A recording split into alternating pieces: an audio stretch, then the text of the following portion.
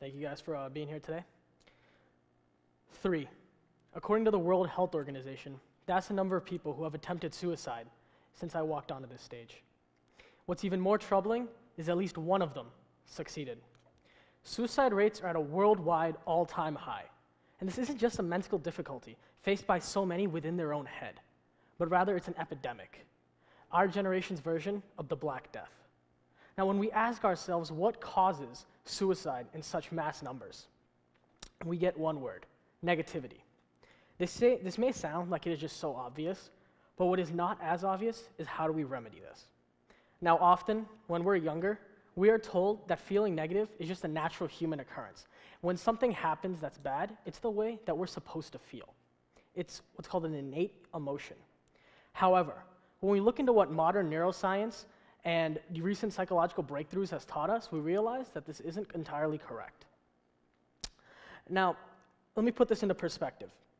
In the human brain, there's something called the pregenual anterior cingulate cortex, or just PAC for short. And it's highlighted right here on the screen, the one with the little marker there. And it's a lobe in your brain, and it's roughly the size of your thumb, so it's really small, but the job it does is really big. Its job is essentially to control the size of an emotional response. So when something happens to you, when your brain perceives that, okay, this is happening to me, this is the action, it controls your reaction. Now, the interesting thing about the PAC is that it's an ever-changing lobe. And so you can think of it as like a flash drive. When the child is first born, the PAC is like next to blank. However, as the child grows, and it is taught by its elders, its friends, its external environment, how to act and how not to act, more importantly, the PAC begins to kick in. So, for example, if we observe kids, we see that when a baby is born, it has no problem in knocking over mom's favorite vase, right? We've all done it at some point. But as the mother scolds the child and tells him or her that knocking over this vase, that my favorite vase, it's a bad thing to do it, he or she eventually understands over time. So when the child grows up and knocks over the vase accidentally when he or she is, say, my age, they experience this feeling of embarrassment, worry, shamefulness, or just all-around negativity. But when the child was younger and they did the exact same thing, everything was okay. They didn't feel anything like that. They didn't feel any sort of negativity. Why is this? This is the PAC adapting in action. Now, you may still be asking yourself, why does this matter? When I started off with depression and suicide, where's the connection between knocking over a vase and taking your own life? When it comes to depression, there's something that I call the 80-20 conclusion.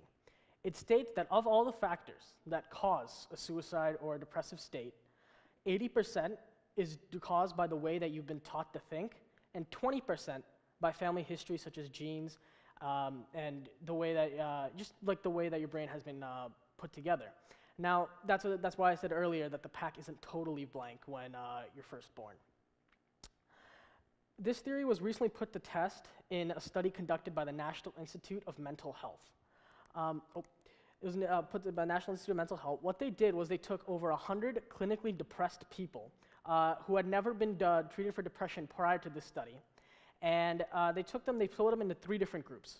There was Group A, which was treated. They were all treated with different options, and that's how they were organized. Group A was treated with specifically antidepressants, such as fluoxetine, Prozac, bupropion, all the major players on the market.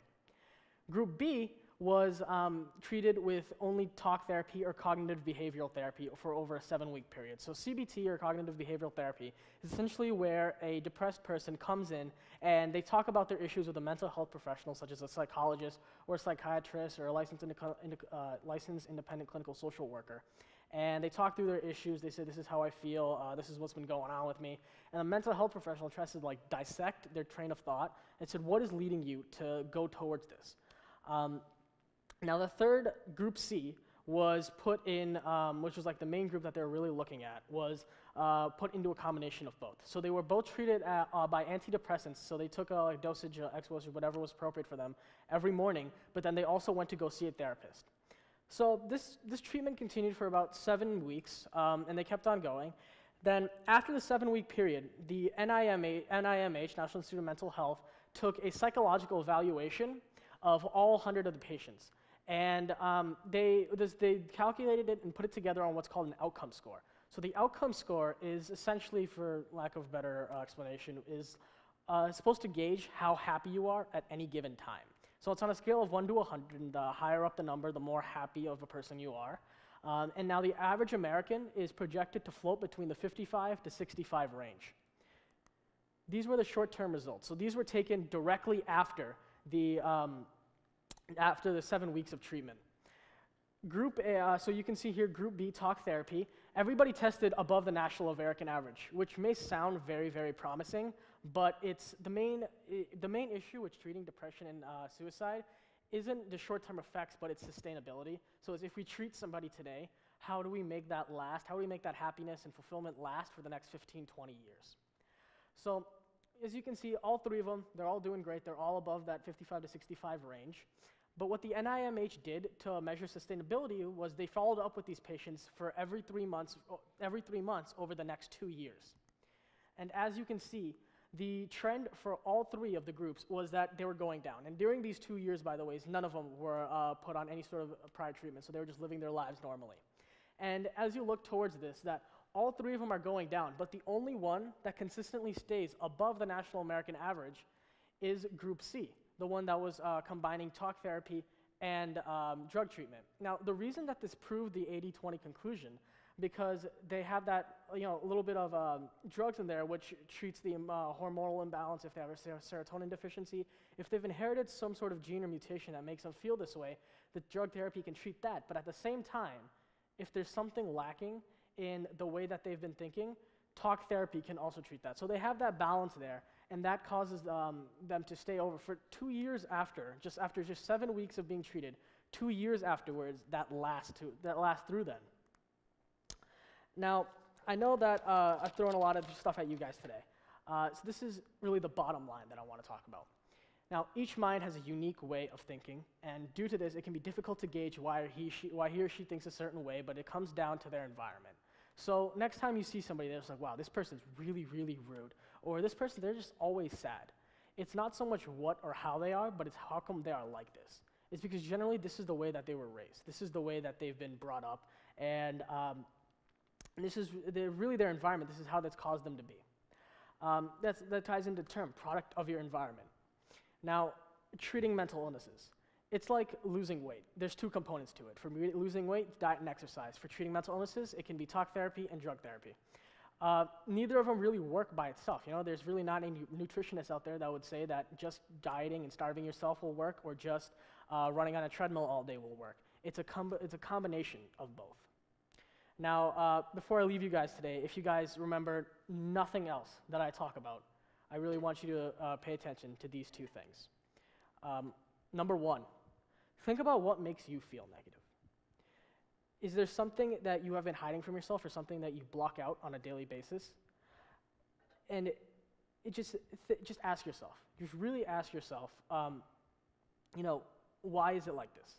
Is there something that I'm hiding? Is there a story behind why I feel a certain way that maybe others may not feel, or just a quirk that you think you have, and why it may be like this? And finally, 2, now, what if instead of teaching kids how to absorb negative emotions, how to think the way we think, raising them the way that we've been raised, how about instead of that, we taught them and focused a little bit more on how to discard these emotions? And that caused problems. How to teach them, instead of do as I say, instead this is what's right, this is what's wrong, but you're open to your own interpretation. And if something bothers you, don't listen to anybody else. Just learn to discard it, learn to, forget it. Thank you for your attention tonight. Speaking to you guys was a really great pleasure. Thank everybody for coming.